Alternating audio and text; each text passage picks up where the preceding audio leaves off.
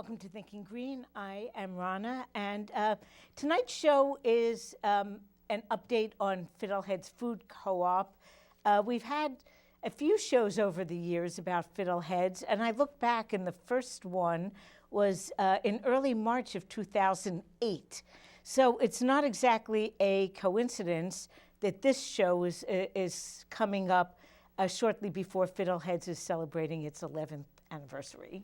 So my guest tonight is Brad Sheridan, and he is Marketing and Outreach Director, or something like that, of Fiddleheads. And so welcome, Brad. Good to be here.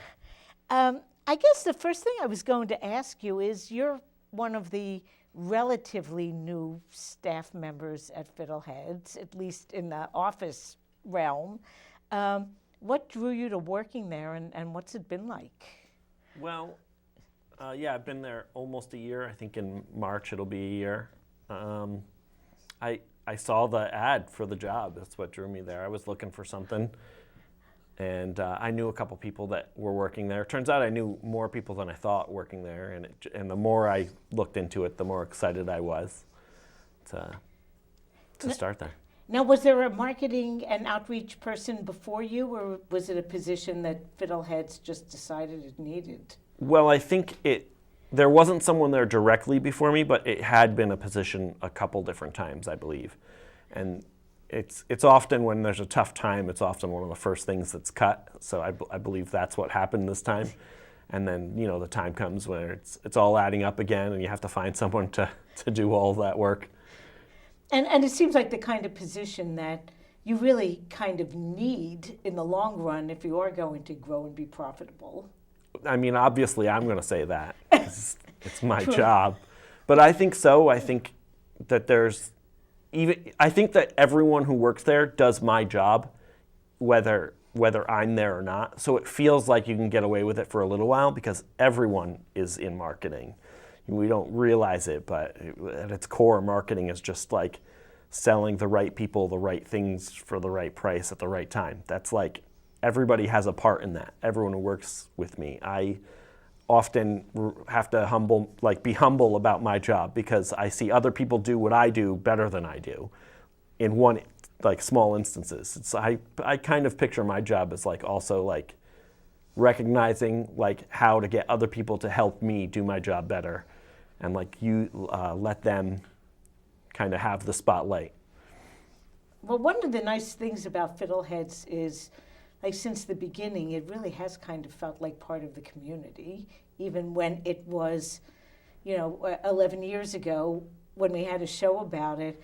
It wasn't really a show about Fiddleheads as such. No one who worked or even volunteered for Fiddleheads was on the show. We had a few of the Winter's Farmers Market vendors coming and talking about Fiddleheads because it wasn't much of an entity at that time except for a great place for a winter farmers market. Yeah.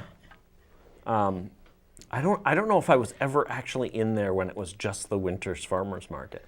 I can remember the first memory I have is I did the fresh CSA, and we would go for our CSA there. I remember specifically that was my first real weekly trip in was to pick up the CSA when they were doing it here.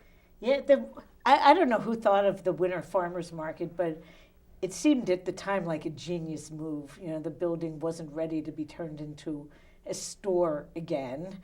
Yeah. And yet it got so many people moving through and getting used to getting good local fresh food in this location. For one winter or maybe two winters, that was a really great way to go. It's real interesting to think about and I don't want this to be too much of bragging, but without Fiddleheads, where would people be getting all of where would you be able to get fresh food? Without Fiddleheads, would there be a different replacement? It does help New London not be such a food desert of there are lots of places to eat and they're great places to eat, but it might not be the healthiest food to eat. So it's nice to have that option for people. Even if you called it something else, you need to have access to healthy food. And Fiddleheads has some things you just can't find other places. Yeah. And I was going to talk a little bit about the store itself and like what the different departments are and what people can buy there, because I think people who might not shop there often might assume there's a produce department, there's a bread department, there's frozen food, but Fiddleheads really, I mean, for a store that's small compared to the big box stores, has an amazing amount of stuff and some things you can't get other places. It does have a lot of things you can't get other places. I've noticed since I started, other stores are picking up the brands that we're selling. So I think that there is a trend, not just in New London, but just across the country, of people realizing like they can't eat fast food all the time. You have to take better care of yourself. And I think most people understand this trend is happening. But there's a lot of stuff. Since I've started now, the CBD oils is really big, and the keto diets, all the people that need something that's very hard to find, we usually carry it first. Because we respond to what people need. If people want something, we don't have to wait for the entire chain to pick up a brand. We can just get one thing that someone needs because they write it in our little suggestion box. So yeah, in terms of like things for any kind of special diet, you mentioned keto, but I know there's a lot. Although I think it was a decision made fairly early on that it would not be a vegetarian store, that it would sell. There would be meat sold. But there's also a lot of gluten-free food, a lot of vegan food. It's like whatever special diet you're on, it seems as though Fiddleheads will have something that you can eat. Yeah, we try to cater to like specific groups of people, but yeah, it does mean like we have the vegetarian and vegan crowd in the same space as the local meat crowd, and that's not always a great moment because they're very passionate, and like local farmers don't always have all vegetarian. It's not always vegetables that they're selling. So it is a tough spot to be in sometimes, a little awkward, but. Well, you haven't gotten boycotted or anything. I know that there was. Yes. You have been boycotted? No. I mean, you haven't. We haven't, and I'm actually very grateful. Our community, and I'm not superstitious, but like our community is it's a great community. It's just that simple. Our community is wonderful. I've known it before I started working there, but I notice it every day that I go to work. I see people.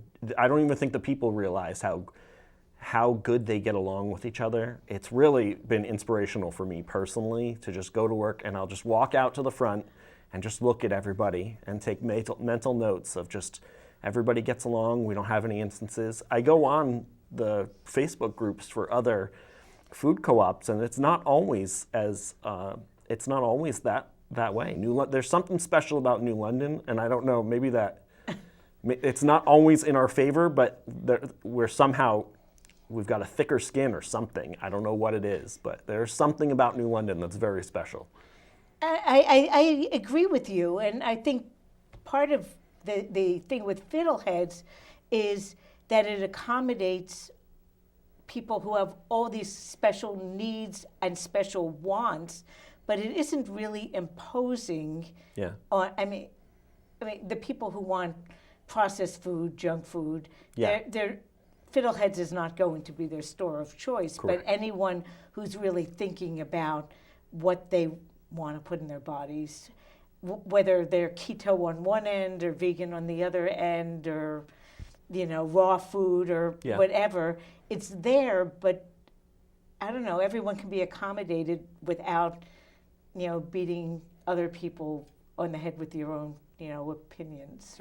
Yeah, I mean, well, we even have like junk food stuff. I was surprised at the amount of chocolate and candy, and like even in the bulk section where like you think like a bulk section would be like all grains and stuff, but no, there's a good amount of just straight candy in there. I was a little surprised. So it's not. I think that's part of it. Is I think we kind of know who we are. We're kind of humble. We don't think we're better than anybody. And like even all the different groups of people, we don't think that there's not a right choice. There's many choices you can make, and we just try to help people make their choice. I think the location of Fiddleheads is really interesting because over the years, there's been a real attempt to get people who live on the other side of Huntington Avenue in low-income housing to shop there. It's the closest market for them to walk to. Yeah. And I think there has been an effort to carry food that, just general public would like. Although I must admit, the first time I realized that if you look in the bulk foods, that white granulated conventional sugar costs more than the organic at Fiddleheads. There are some things. It's really interesting to me. There are really some. I get surprised. Like I expect everything to cost more there, just because of like when you're paying for local or organic, or whatever, it's going to cost more. And most of the time it does. But sometimes I'm surprised how cheap a couple things really are. Like really cheap. And then there's a whole line of affordable items in our store, like the Co-op Basics. They try to keep the prices down as low as possible. Yeah. So for the fundamental things, people can eat without. I mean, food is expensive, and honestly, good food. At one time in history, people spent a lot of their paycheck on food, but they had very good quality. We've gotten used to over maybe since the 70s, back when Earl Butz was the director of the Department of Agriculture, and his thing was, let's have a lot of food and cheap food, even if the quality is really kind of bad. Yeah. And we've had maybe 30, 40 years of that, and I think the pendulum might be swinging towards, we don't really need that kind of quantity, and we don't need it to be so cheap. I think, or maybe I'm hoping more than thinking, that we might have learned our lesson from that. I'm looking, I've watched quite a few TED Talks and videos and read quite a bunch of newsletters, and it looks like we kind of understand a little bit more about the soil and how the soil works, and how organic even can offer greater yields than conventional farming. So it feels like to me that the conventional market might be waking up to the fact that growing healthier food is better for everybody. And more sustainable into the future. I mean, All you said around. you have young kids, I have grandkids, and we can't deplete the soil for today and leave nothing for those future generations. That's right. And a lot of the solutions just help us all around. So taking care of the soil gives us better food, more variety of food. You're not growing one crop in your whole plot of land, however much you have. You have a diverse group of things that you're growing. That's helpful too. Like we all love looking at all the different heirloom tomatoes and stuff, and having diverse crops. There's benefits of that, but there's environmental impacts. There's all the social impacts of growing your own food too. And when you know more about how it's made, it just all spirals, and it all helps each other, helps the whole planet. And some of the videos I've watched, it's very inspirational to realize that there are people who really are trying to make the world better. It doesn't feel like it often. No, they're not always the loudest That's right. voices out there. Yeah.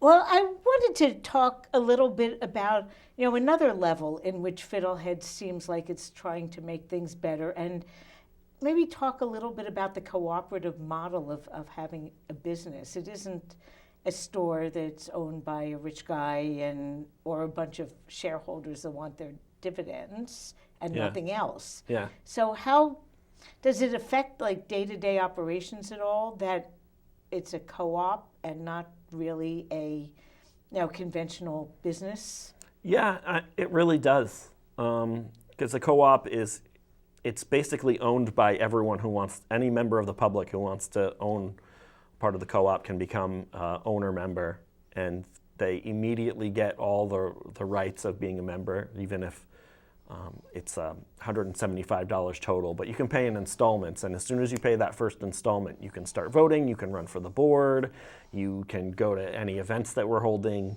that would otherwise not be open to the public. And then there's a coupon that you can use once a quarter for 10% off as well. But the main benefit is just taking the pride that you own a little bit of a grocery store and like knowing that it's yours and you have a say in how it's run. Now, how many members are there, more or less? Oh. Is it? I don't have the exact number. It's somewhere, I believe it's somewhere in the 3,000 range. I could be way off. Yeah. On that. Keeping every list in my head, like how many people are on the Facebook, how many people are in the mailing list, but I believe that we're somewhere in, well, it might be way more than that. Yeah. Oh, well, it's something we can look up. But it's interesting because, I mean, it's members and the members are the owners. Yeah. Yeah. And, I mean, we're open to the public, too, so I don't have the exact percentage, but it isn't, it's maybe half of the people are owners who shop, which... Oh, that's interesting. It might be somewhere in the 50s, in the percentage-wise, which is kind of where we want it to be. Because if too many people were owners, then it kind of gets to feel, well, at least for me, it would feel a little bit elitist.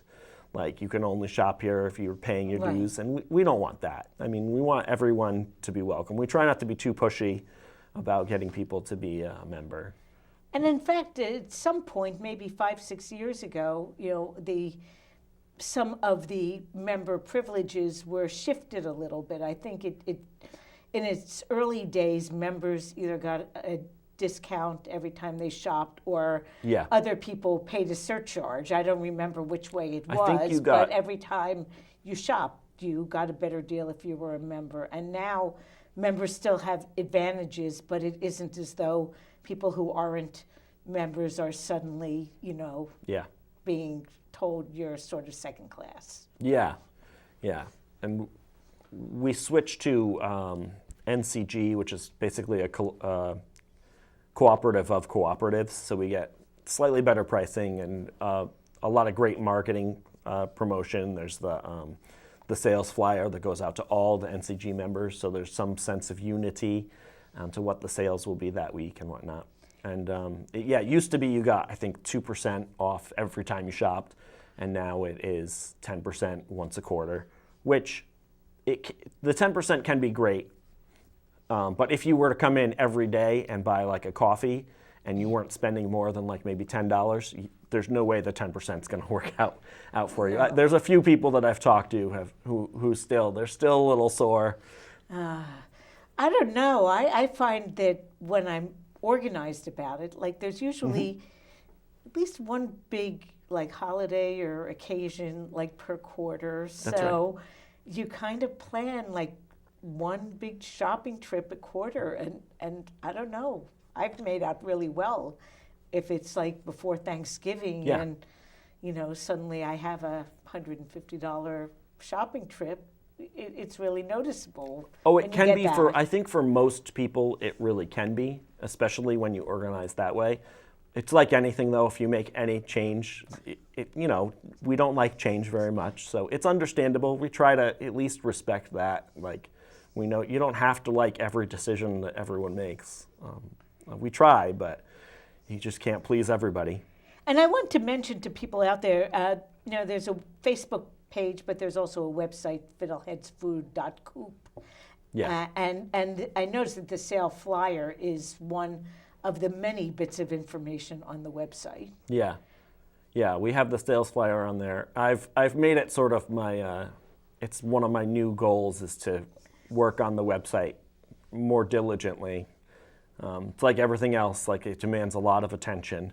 So I'm trying to give it at least what it deserves in terms of like being able to make sure everything's updated, and because I mean we use the internet more and more, and having the list of events up there and everything like that, you have to keep it all up there for people.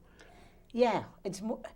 I think that's sort of the go-to place. Yeah.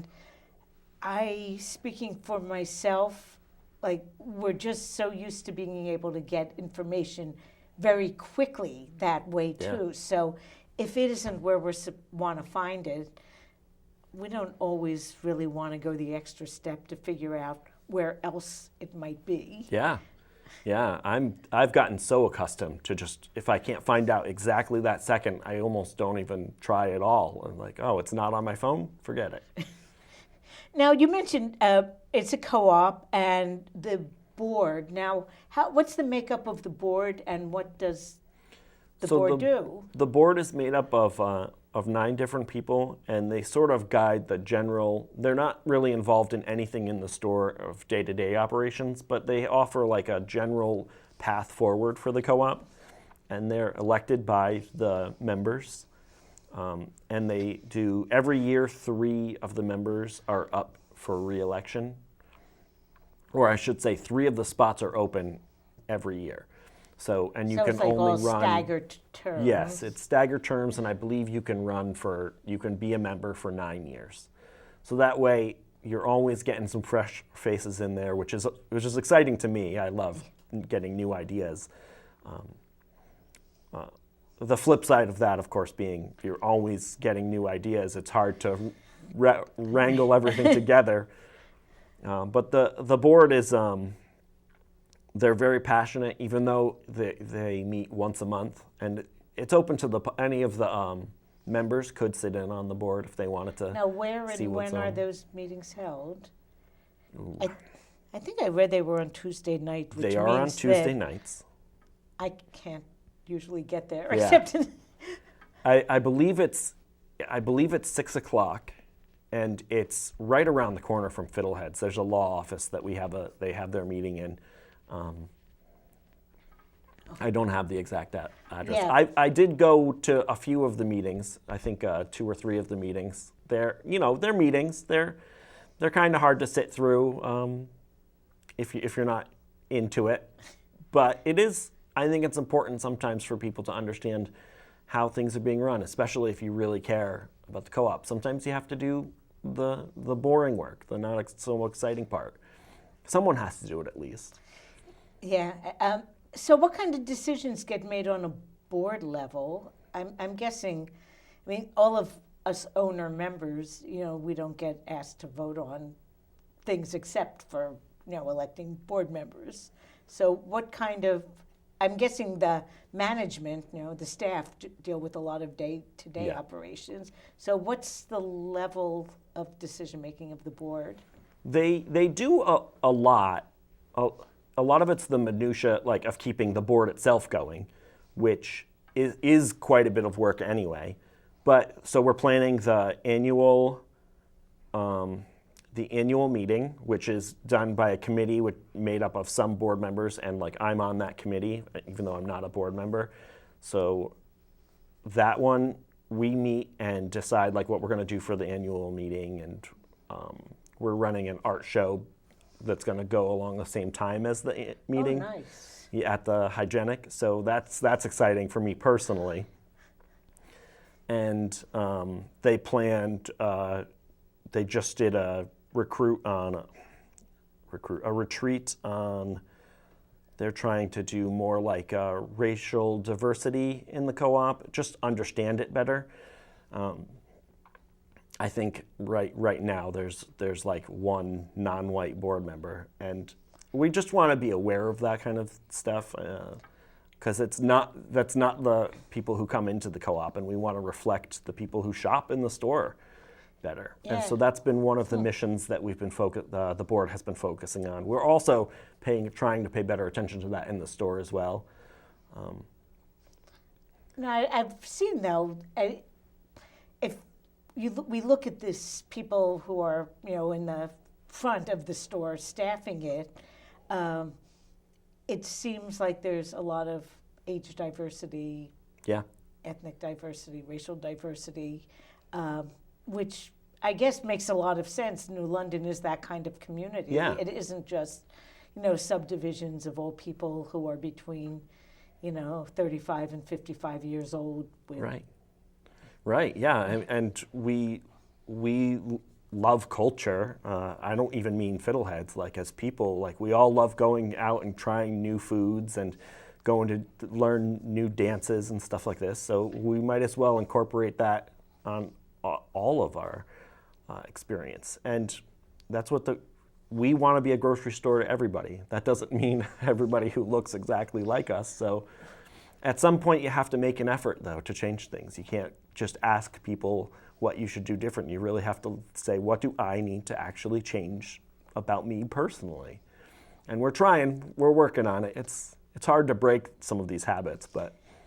Well, one thing I don't really need this at this point of my life anymore, but I appreciate it in Fiddleheads. When my own kids were very young, I would be appalled at how non-child friendly most stores are. In fact, a big box store is more likely to be trying to use your kids to get you to buy stuff that you shouldn't be, by having the sugar cereals at their eye level and the stuff that parents who care about nutrition really don't want to buy, and almost setting the parents and kids up for conflict. And Fiddleheads is really much more kid-friendly than that. We try to be. Again, I mean, especially same thing when I'm walking through the store and I see a kid with that little shopping cart or playing with the kitchen set. I know my daughters love to do that. So it always makes me smile to see kids actively like getting excited about putting food in their little carriage and walking around and helping mom and dad do their shopping. It's I love those little carts. We've kind of gone back and forth because little kids with those carts, they can really speed around corners and stuff. But I personally, I just love them. Well, I really like seeing them as well. Maybe a few people don't, but I think you should keep them. Well, I think so too, because it's engaging them to pay attention to what they're eating. It's a small, subtle thing, but those things add up. And when they look back at their life, like as we grew up, I remember going through the grocery store with my mom, and if you remember it as a fun experience, that's going to affect the way you go to shop for food. Not to mention exposing children to the kinds of choices that you're making. It's like, okay, I'm going to have some weird, unusual hybrid orange in my cart today, or something interesting from the bulk food area, or something that you might not see in other stores that you can have in your cart. Yeah, the variety of foods that we have. I mean, we just got in a new to the co-op, a marmalade orange. I mean, I didn't even know there was a specific orange to make marmalade out of. And I think a lot of people know that. Yeah, and it's a new thing that we have. And when I go to a regular grocery store, I don't even know that there's a difference, and they just say oranges, right? Right, or there might be like Navels and Valencias, and that's about it. There's not nearly as much variety as I'm shocked sometimes at the variety that we carry in our small little produce section. They really pack it all in there. And I want to note, I did look at the sale flyer online this afternoon, and blood oranges are one of the things in the sale flyer. Yeah.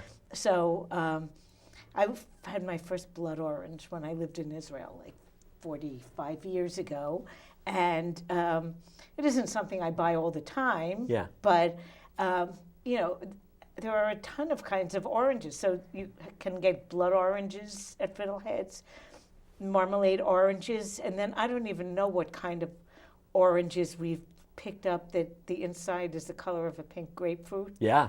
They're really delicious. I have no idea what they're called. It might be the Cara Cara. There's maybe another it one. is. Yeah, there's another one we got at the same time, and there's so many. I'm constantly surprised by the things that we get.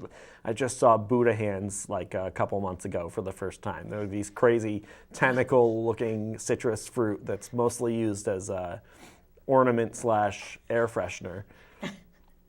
And you can zest them too, I believe. But it's just crazy all the different stuff that's out there. It's remarkable. So when you go into the store, and I was sort of lazy today. Sometimes in the past when we've had a show on Fiddleheads, I brought a camera and I've like taking pictures. And things have not changed in terms of the store layout very much in the last year or two. But yes, so the produce section is great. And things like, I'm thinking sweet potatoes too. There are like 5 different varieties. You can have everything from white to yellow to red to purple to, and then behind that is where all of the, well, I don't know, all the beauty items are, various, what kinds of things are there? It seems like it's chock full. It is chock full. There's a lot of stuff there. There's a great group of people working in that department. I think there's, three people in there right now. We've got the CBD oils is like the newest big thing, and I think a lot of people that stuff's been moving very, very fast. It's very exciting. People are very looking for that, and we're trying to, again, fill the need because it's not easy to get yet, so that's one thing. All the essential oils and tinctures, just everything. Toothpaste, the baby stuff is in there. All the making protein shakes, so we have all that stuff is in there. All the different kinds of vitamins that you might want. Everything from making your own soap, all the different soaps, shampoos, and just there are everything a few body care. Bulk wellness. items there too, I think. Like liquid soaps or. Yep, you can make your own soaps. There's a few other things like bath bombs and stuff, all the different clays and whatnot you can use. So you can just take as much as you need rather than being stuck with a whole box of something you're trying for the first time. You can just take exactly what the recipe needs. In fact, that's really one of the best things about shopping at Fiddleheads. There are a lot of great things, but the bulk spices are, many of us have had gotten accustomed. You go into the store, you buy a quantity of, a bottle of nutmegs that will last you for 5 years, at which time it might be stale. And you're spending really a lot, and you're buying a little bottle every single time. Mm-hmm. And with the bulk spices, you can buy 1 nutmeg at a time. And it sounds really minor, but sometimes you only really need a teaspoon of something. Yeah, like something like oregano, you might be putting in everything, and fine, you can buy a new container of that and throw out the container every 2 or 3 months, and that's what a lot of people do, and you don't really think anything about it. But so you can bring in a container and fill it, first of all. But then you have your spice, like I have spice racks, my spice rack of spices I have only used once. So now I might think I hate a spice because it added no flavor, but that's because it's been in there for a year or two, and it's lost all of its potency. It's just dried up. At that point, it's flavorless. Yeah, so the store has enough turnover that you're always going to get something fresh and not more than you need, so it won't clutter you. And you mentioned that you can bring your own container. That's true of a lot of different things at Fiddleheads. You can fill your own containers. Yeah, so, we have laundry soap. We have the Dr. Bronner's you can get as bulk. You can make your own all the balms and tinctures and stuff. We've done classes on how to make your own on that. So then there's the teas, there's the spices, the bulk aisle itself. Like I said, you can get candy. So like if you don't want a whole bag of candy, you can just get that little tiny bit to satisfy your sweet tooth without having to be stuck with like the king size bag, which means you'll probably eat the whole king size bag, indeed. Right? Yeah. So I think that now we're seeing in different towns across the state, and even in the legislature, initiatives to like use less single-use plastic. And Fiddleheads, I won't say there's no single-use plastic because that's not true, but you have the opportunity to really reduce the packaging. Yeah. When you're shopping there. Certainly, if an individual person wanted to reduce the biggest thing that is probably is the produce bags for us. Those little produce bags. Like, there's just not a way around it for us to not have a produce bag. But if a person wanted to take the responsibility for it, they could skip that bag with great ease. Yeah. But we try. We pay attention to it. We're not perfect. We make, we're like everybody else. We make our mistakes too. But we try to own them and move and figure out solutions all the time. There's always something happen. You're finding out something new about something you're doing, and you have to adjust things. I wanted to talk a little bit too about some of the things that Fiddleheads have obviously come from far away. There are tropical fruits, but there's a lot of locally grown and produced things. In the dairy department, there are local farms among the meat and some of the produce. What kind of relationships does Fiddleheads have with like local farmers or local dairies to be able to market things that are produced within 50 miles or 100 miles? Well, some of these guys, they're coming in once a week and they're meeting directly with the people who work in the department. So the farms are coming in, they're seeing the other people in the produce department, they know each other. All the produce managers, they really know everybody, like first name basis when they come in the door. But even outside of the produce, you think obviously farmers, that's local, but the bakery, bakery manager, she goes and picks up directly from a lot of these local places. So again, she is the bakery manager at Fiddleheads, is going to those bakeries and picking up the stuff from them directly before she comes into work and puts it up. So there's definitely a relationship. And I think about that every time there's like a food scare, salmonella in the spinach or whatever. I think, wow, the solution in part is like knowing your farmer. Yeah.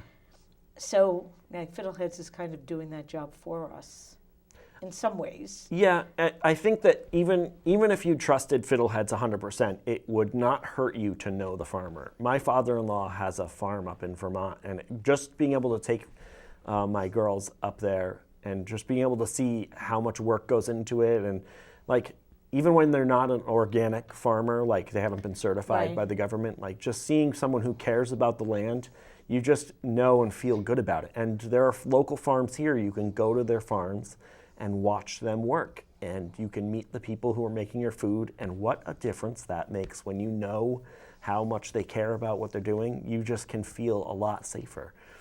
And that food isn't shipped over long distances, I am sure helps its taste. Oh yeah. I spent some time in Israel at one time picking peaches and packing peaches, and nothing that was exported actually tasted good at all because it had to get picked hard so it wouldn't bruise. So those of us who were in the packing house or the orchards, we got to eat the good stuff. Yeah. So the local produce, at least, doesn't need to be picked quite as green. It isn't going to be shipped, across country. Yeah. Oh, yeah. Picking local strawberries. Anytime you pick any local fruit, you can tell right then because you eat it and it's perfect. And then you get the normal grocery store strawberries, and they're so much bigger, right, and redder, and then you eat it and you're like, where'd all that flavor go? It's just the color, it's just the size. Yeah, and probably its shelf life as well, and those color, size, and shelf life. Yeah, but no flavor though. No, although I think breeding is starting to get a clue, because I've been hearing about some apples and some other fruits that are being bred more so they taste good, and not just that you pick them in October and they won't be wrinkled in May. Yeah. That reminds me of the ugly food movement that's going on too. We have a brand of chips that only uses ugly looking potatoes now. Ugh. Just because you think of food waste, and that's another one of those things. There's no one needs to go hungry because we grow plenty of food, but because a tomato starts to wrinkle, no one wants to buy it. And often that just ends up in the waste stream. Yeah, well, especially like even at Fiddleheads, like if something sits there for too long, you can't sell it. It's going to go bad because we can't think even. We have to even think like how long is it going to stay at your house before you eat it? So I think people would be surprised. Like food waste, there's a lot of food waste that happens. And that is a big issue that's really coming to roost now. In New London, we're talking about, I don't know, we had the whole pay as you throw, and just getting people aware of how much trash we produce and what the world's going to look like. Yeah. When we can't really dispose of it well, or when it becomes really costly to. And I think I had heard that about 25% of our waste stream is like organic, compostable food waste. Yeah, I think it's something like that. I'm terrible with remembering numbers, so every number I say I'm probably wrong on. But yeah, and so being able, to find ways to use the things with little bruises or little wrinkles. Yeah. Is one of our goals for the future.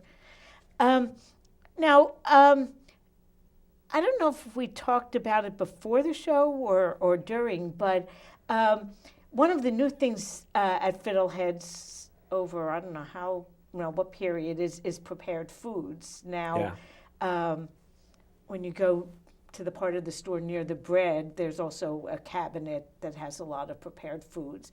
How did that get started, and where is it now, and where is it going? We've been working on it basically for longer than I've been there. They've been trying to get the kitchen going, and right now we have a new takeout cooler that's right near the bakery, and that the first first two cabinets are all in-house prepared food. It's something that we just basically opened a few months ago, like maybe 2 or 3 months.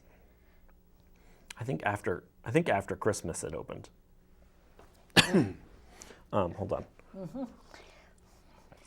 Mm-hmm. But it's great food. They do a wide variety, a lot of vegan and vegetarian options. There still is some general for everybody options. Well, not for everybody. There's some meat, there's some vegetarian, there's some gluten-free. We try to make it so everybody has something to pick from, and it's all stuff that will stay for a little while. And this is new to us, and we're really trying to figure it out. There's a lot of growing pains whenever you do something like this. They're now going to be taking over doing all the soups too, so they'll be like all the soups are going to be prepared in-house. And right now, it's just the cooler. Like we're not doing catering or like special like deli orders or anything like that. But the goal in the future is to move towards that. Yeah, I can imagine. Now, do you actually have chefs on staff or on contract who come and work in your kitchen? Yeah, it is everybody on staff. It was a lot of people who were already here, and then we hired as well. So there's a good mix of new faces plus familiar faces who were already like making our guacamole and stuff like that. So those people moved into the kitchen area, and they still work in the produce wherever their other position was too, but they split up their time now. It's very exciting. It's lots of moving parts trying to figure it all out, but it's very exciting. Yeah, I actually took advantage of that last week, and I was meeting someone, and it was sort of a fuzzy window of time. So the cafe is something that's been pretty constant for many years. Mm-hmm. That is a good meeting place and hangout place, and I could eat while I was hanging out and had my laptop, and I've liked what's my go-to is there's like a sesame noodle bowl, and it's just like the perfect, not a bowl, it's just like a but it's like the perfect amount of just noodles with like I can just eat it real quick. I'll have to try that next time. Yeah, I like that one. Now, this weekend is going to be the 11th anniversary, so I'm guessing you'll want to have a crowd in the store for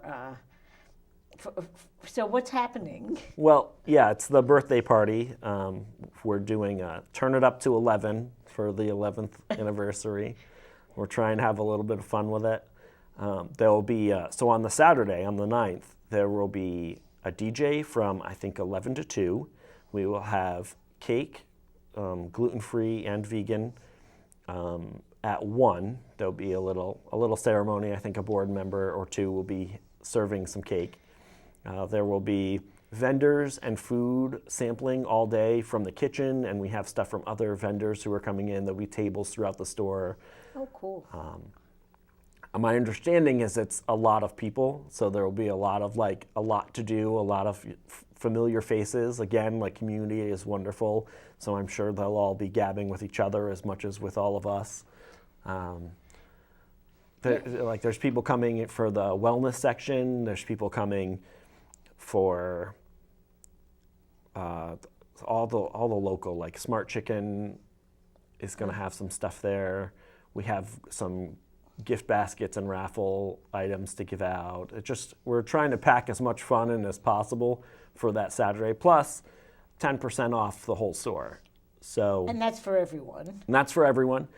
You can't, unfortunately, use that with the coupon, which is a thing, and it is what it is. The plus side is it's for the whole weekend. So if you come in the next day and just want to get something small, like a cup of coffee, you can still use the 10% throughout that day, too. Right, and it doesn't, degrade your ability to use your coupon later on. Yeah, and you still get your coupon for another time. It's not as if it takes the place of it. So it's a good opportunity to get something extra for nothing, essentially, just for popping in. Now, as the marketing and outreach person, is there any thought that this might be, the first time some community people actually walk into Fiddleheads? Is it? Well, my dream is every day is the first time someone's coming in. So I try to pretend and actualize that there's so many. I don't know everybody who's a member. I don't even a lot of people who've been coming to the co-op forever, especially since I'm in the back. I don't get to see them, so I kind of still am treating most people. I didn't know you were here until a few weeks ago. Yeah, because I'm in the back. I'm still seeing friends of mine and people in the community for the first time and saying, oh, and they'll say to me, oh, I didn't know you worked here. But that's okay, because it does give me a chance to kind of look at everything with a fresh set of eyes and see why, there's New London's a great, diverse place, and I really see that every day that I go to work. Now, thinking about the next, year or 2 or 3 or 5, what do you hope or envision that, Fiddleheads will be? Now that I've been here for a year, I feel like I have a really good benchmark to say, okay, last year we did this, so it has to at least exceed that by some small amount. I'd like to see the kitchen really come into its own. I'd love to do some see classes start to happen with teaching people everything from how to just prepare foods that we make to use class shares on knife skills and things like this. I see some other co-ops already do stuff like that, so I'd like to see us move in that direction as well. I always want to see us stay on top of the needs of the people who are coming in. Just whatever the new thing is that people are going to be buying, I want to make sure that we have it, because it can be hard to stay ahead of that. I really want to, especially in the next 5 years, make sure I stay on what's going to be happening with drone delivery. We talked about this briefly earlier. I don't want to fall asleep at the wheel on that one. And I think one thing that was pointed out to me not long ago was that for especially Southern blacks in America 100 years ago, the Sears catalog was really important to them because they weren't allowed in all the stores, so they could have things delivered to them. And I'm thinking, the concept of drone delivery, of being able to bring things where you are, is okay, except that it could make Amazon the monopoly of the world. Yeah. Well, yeah. So what's Fiddleheads going to do about it? Well, a lot of it's going to depend, of course, on what we can do, because I mean it takes a lot. We won't be able to have a fleet of drones in the next 5 years. That's not reality. But it's important for us to do everything we can to make sure we can provide the things that Amazon can't provide, because more than likely, at least at first, they won't be able to do fresh fruits and vegetables. So we have to make sure that we can stay viable, so that at least people can get that when they need it. And I noticed online that you have a service that people can go, get stuff delivered to Block Island and Fisher's Island. Yeah, we do delivery to Block Island and Fisher's Island. You can also order ahead and just come into the store and pick up. And that's one of the things that also is changing in the next couple, actually not even the next couple of years. We have a new service that we're launching very soon that hopefully will be seamless. Well, and even if it isn't quite seamless, Yeah. It sounds like it's something that could be useful to people. I think more and more we're seeing Our lives are very busy, and we don't always have time to spend an hour grocery shopping or 2 hours. And I have to say, Fiddleheads is not always the quickest place to shop, because, the community is there. You're always going to run into people and stand and chat, and heaven help you if you really have to be in and out. Well, we're out of time. Thank you so much, Brad. Everyone out there this weekend, especially Saturday, but Saturday and Sunday is a great place to be at Fiddleheads. And I want to remind everyone on a different subject that New London has a special election coming up on February 26th to elect a replacement to Chris Soto as our state representative in the north end of town, since he's taken a position. Congratulations to him with the governor's administration. And there will be a couple of forums and debates coming up. One on February 20th at the Science and Technology Magnet High School, hosted by the newspaper and the League of Women Voters. And one Friday the 22nd at the Senior Center, hosted by the Neighborhood Alliance.